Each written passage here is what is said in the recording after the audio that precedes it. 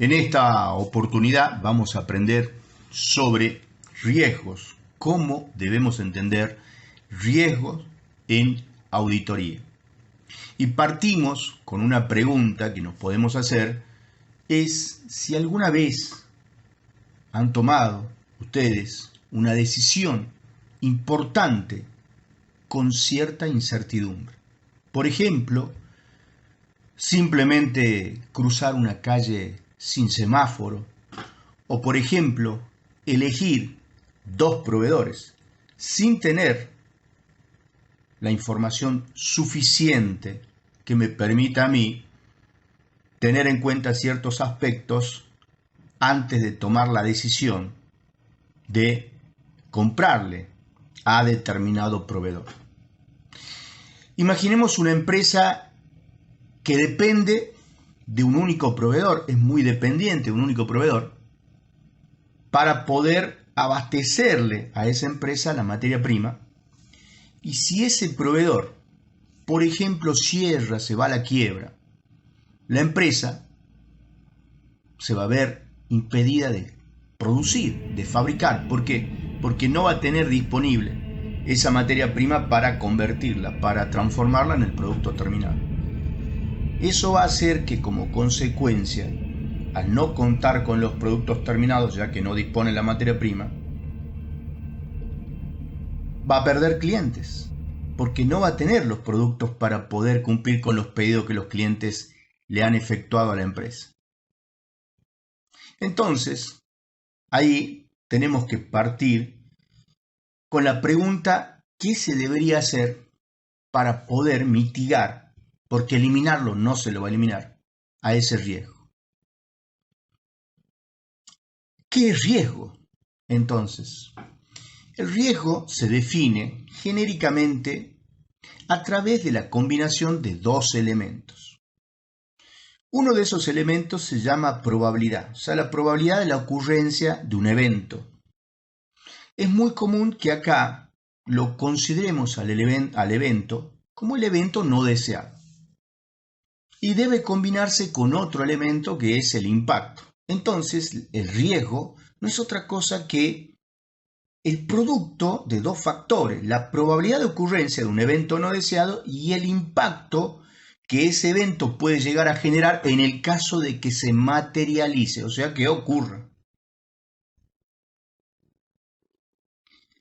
Ahora, una de las preguntas que también tenemos que empezar a respondernos cuando aprendemos auditoría está centrada en el hecho de por qué en la auditoría el enfoque del riesgo es sumamente importante. ¿Por qué la auditoría está enfocada en el riesgo? Hay varias razones por las cuales la auditoría está enfocada en el riesgo. Una de esas razones es que no todos los errores, no todas las incorrecciones que pueden impactar en los estados contables tienen la misma importancia.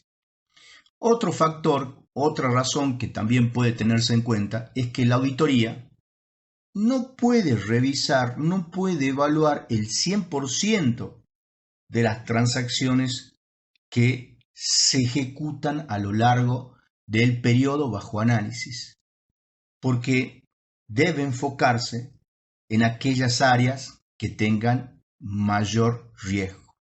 De ahí viene la importancia que tiene un concepto en auditoría que se conoce como materialidad. Otra razón es el hecho de que un error en una cuenta que resulte ser clave puede impactar, puede afectar en la toma de decisiones de los usuarios de esa información, de los inversionistas, por ejemplo, de los bancos. Entonces, por ejemplo, si una empresa informa cuentas a cobrar, derechos que ha adquirido sobre terceros, que son muy altas, pero muchas de esas cuentas son incobrables, producto de políticas de crédito laxas, o sea, muy flexibles, débiles en cuanto a las condiciones que se requieren al cliente. Entonces, eso significa de que el balance puede que esté sobredimensionado, esté sobrevaluado en ese componente que puede que sea muy importante, tenga cierta materialidad en la estructura, la situación patrimonial de la empresa. Estoy hablando de los créditos. Y eso puede llevar a que los inversores, por ejemplo, uno de los usuarios de la información financiera, tomen decisiones inadecuadas, o sea, estén engañados por esa información. Ahora, podemos llegar a entender con esta introducción qué es el riesgo, por qué es importante, por qué es clave en la auditoría. Y lo que vamos a hacer es comenzar a analizar las distintas categorías de riesgo y cómo en la auditoría son evaluados. Los riesgos en realidad son evaluados incluso antes de aceptar el encargo. Los riesgos no son evaluados cuando ya estamos posicionados en el proceso de formación del juicio, en el proceso de auditoría que abarca distintas actividades, distintas etapas, las actividades de planificación, las actividades de ejecución, las de formulación y emisión del dictamen, a lo que habitualmente conocemos como etapas de auditoría, la etapa de planificación, la de ejecución y conclusión. Los riesgos no son evaluados en la etapa de planificación dentro de las actividades de planeamiento, precisamente, únicamente, sino que los riesgos son evaluados antes de que uno acepte el encargo. Y esto está considerado en las normas internacionales de auditoría. Por ejemplo, en la norma internacional de auditoría 220, que habla sobre el control de calidad para una auditoría de estado financiero. Entonces, antes de aceptar un trabajo de auditoría, los auditores deben realizar una serie de procedimientos para poder evaluar si el encargo implica riesgos inaceptables, cosa que, de esa manera, vamos a rechazar el encargo. Por ejemplo, ¿qué aspectos se tienen que evaluar y que implican un riesgo antes de aceptar el encargo? Por ejemplo, tenemos que evaluar la integridad del cliente. El auditor tiene que investigar si la empresa presenta riesgos elevados de fraude o incumplimientos normativos. Por ejemplo, debemos efectuarnos algunas preguntas que resulten muy importantes, son claves, como por ejemplo, ¿la empresa tiene antecedentes de fraude o litigios? ¿Su dirección y gerencia tienen una reputación cuestionable? ¿Ha estado involucrada la empresa en escándalos financieros o, por ejemplo, lavado de dinero? Esas son preguntas claves que a mí me van a permitir evaluar la integridad del cliente. Entonces, si un cliente potencial ha sido investigado por fraude contable en el pasado, entonces el auditor evalúa ese riesgo y puede que decida no aceptar el encargo. Porque puede inclusive para el auditor tener un alto riesgo reputacional. Tu reputación se vería afectada.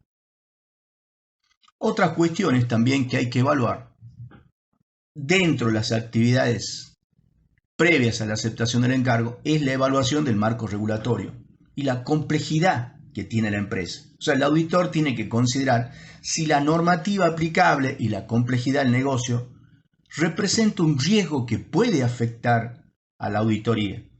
Y acá hay preguntas que tenemos que hacernos, como por ejemplo, si la empresa opera en una industria altamente regulada. Si la empresa, por ejemplo, lleva a cabo transacciones que tienen cierta complejidad, si existen riesgos significativos de incumplimiento contable. Otra cuestión también a analizar dentro de las actividades previas a la aceptación del encargo es evaluar si cumplimos con una condición básica establecida por las normas argentinas y también las normas internacionales de auditoría, como por ejemplo la independencia y competencia que debe tener el profesional. Antes de aceptar un encargo, el auditor tiene que asegurarse de que no existan conflictos de interés ni tampoco amenazas a su independencia, lo que plantean las normas internacionales. Ahora, otra cuestión que también debemos considerar es evaluar si tenemos capacidad para cumplir con el encargo.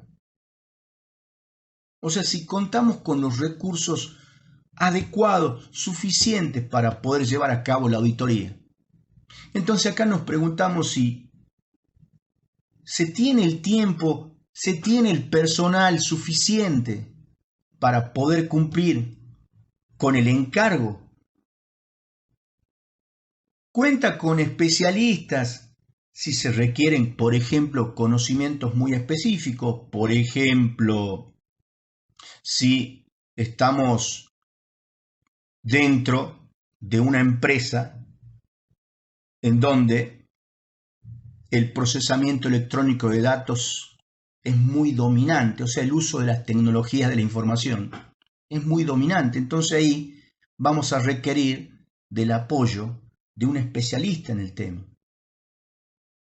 Y también otros aspectos que hay que considerar es la comunicación con el auditor predecesor, el auditor anterior. Este es en el caso si es aplicable porque puede que estemos desarrollando una auditoría recurrente o por desarrollar una auditoría recurrente. Acá lo que yo estoy hablando en el caso que sea una primera auditoría. O sea, si el auditor es nuevo en el encargo, tiene que comunicarse con el auditor anterior. ¿Para qué? Para que tome conocimiento de las razones, por ejemplo, de su salida, y ahí puede evaluar posibles riesgos. O sea, la pregunta que nos hacemos es si hubo problemas significativos con los estados financieros en auditorías previas. Por ejemplo, o el auditor anterior ha renunciado como consecuencia de desacuerdos con la gerencia por la aplicación de normas contables, por ejemplo. Entonces, este es el punto de partida para poder empezar a entender la importancia que tiene evaluar riesgos en la auditoría. Y estamos en una actividad o considerando esa evaluación dentro de las actividades previas a la aceptación del encargo. Todavía no lo hemos aceptado. Cuando lo aceptemos, ahí vamos a empezar a identificar los riesgos inherentes, los riesgos de diseño y funcionamiento vinculados a los riesgos de control y los riesgos de detección, las categorías de riesgo que habitualmente uno analiza.